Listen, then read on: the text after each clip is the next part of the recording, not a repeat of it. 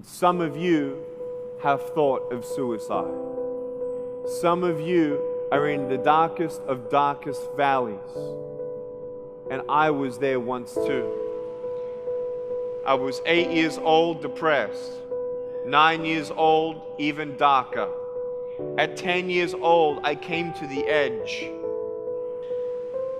And I thought to myself, there is no hope. At age 10, tried to drown myself in 6 inches or 15 centimeters of water. In my home, I told my dad I just wanted to relax.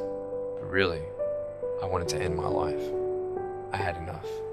The first 2 times I rolled over, I was trying to work out how much air I hold in my lungs before I let it out. And the third time, in my mind, knowing that I wanted to get out of here because of the bullying in my life, because I was going to be a burden to my parents and I had nothing to look forward to, I realized at that moment that if I actually went through with committing suicide, I would leave a greater burden for my parents than they already had.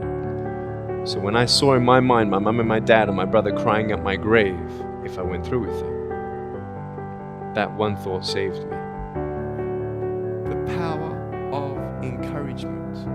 You can save a person's life. You may have arms and legs, but unless you know 3 things. Number 1, who are you and what your value is?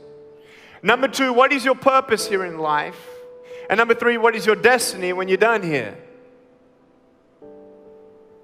If you don't know the answers of any of those 3 questions, you're more disabled than I. If I gave you $1 billion, would you be happy? If you gave me $1 billion, I'd be very happy. But then if my mum dies tonight, am I happy? No.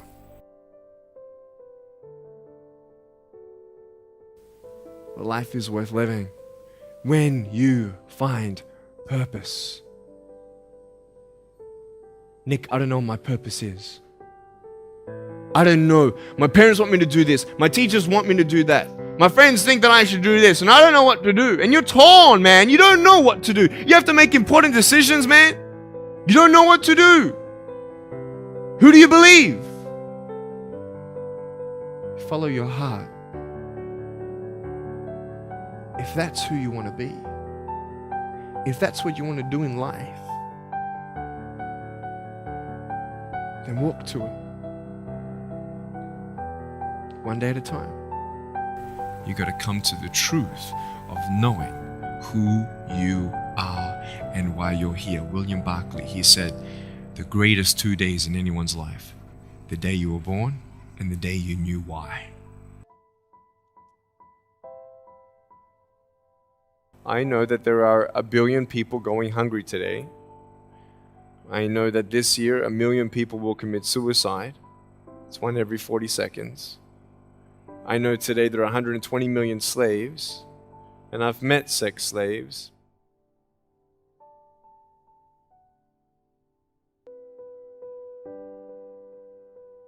So many people tease each other. Oh, you know, you're too short, you're too tall, you look whatever.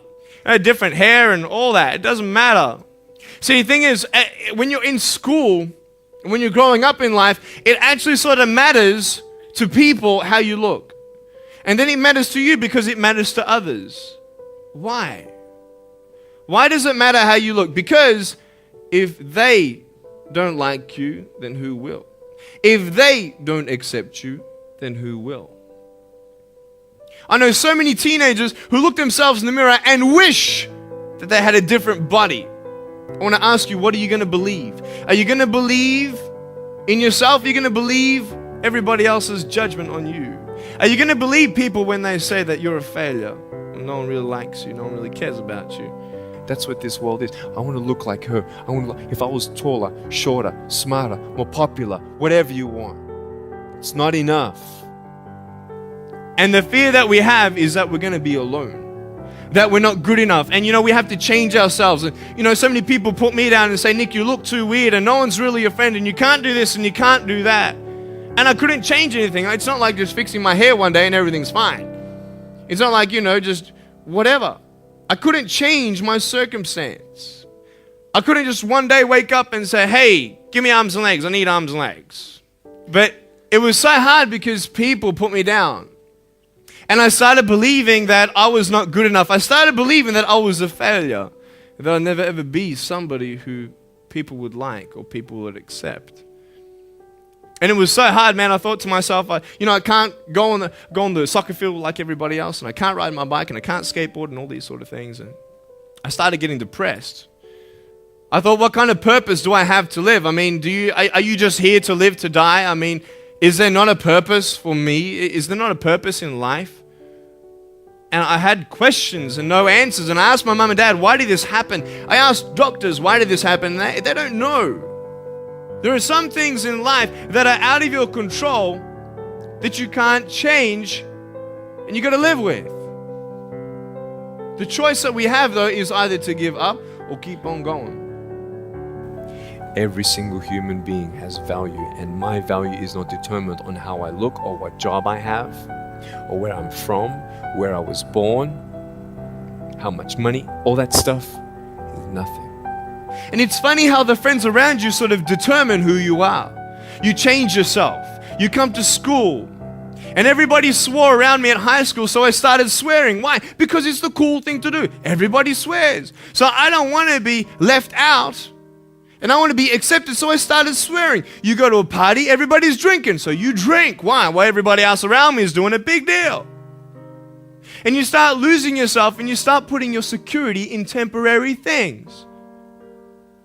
You start putting your happiness in things that won't last.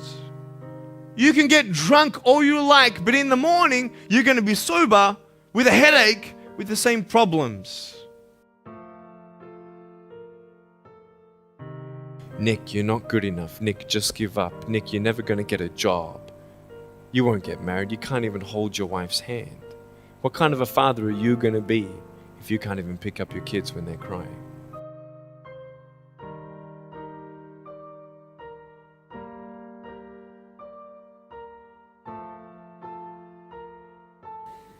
But I tell you, there are some times in life where you fall down and you feel like you don't have the strength to get back up.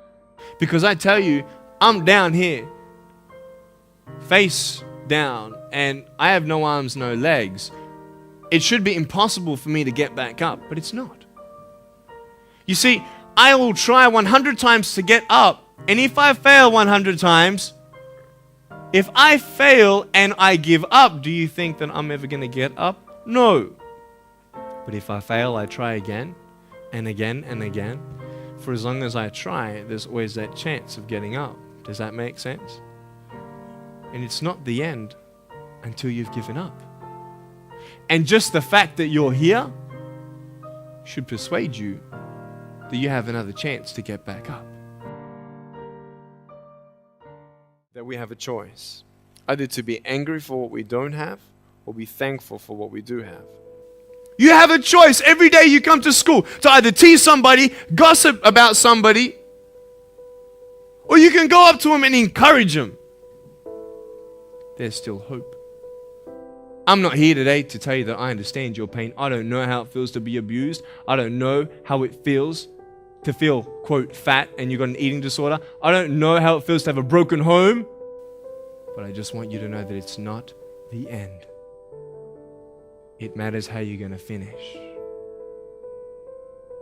Are you going to finish strong? At age 10, I actually tried to commit suicide by trying to drown myself in my bathtub. And the only reason I decided to stay was because I didn't want to leave my loved ones with that pain. So I decided to give my broken pieces a chance. Man, am I glad that I'm still here. Today, I still have no arms, no legs, but everything's changed. When I'm 24 years old, 5-6 years ago, I was in California, and I never met anybody else like me. When I was 10 years old, I wish I would have met somebody like me. Never did. Didn't get that miracle. But at 24, in California, I saw a little boy with no arms and no legs, 19 months old, just like me. I knew he was going to be bullied.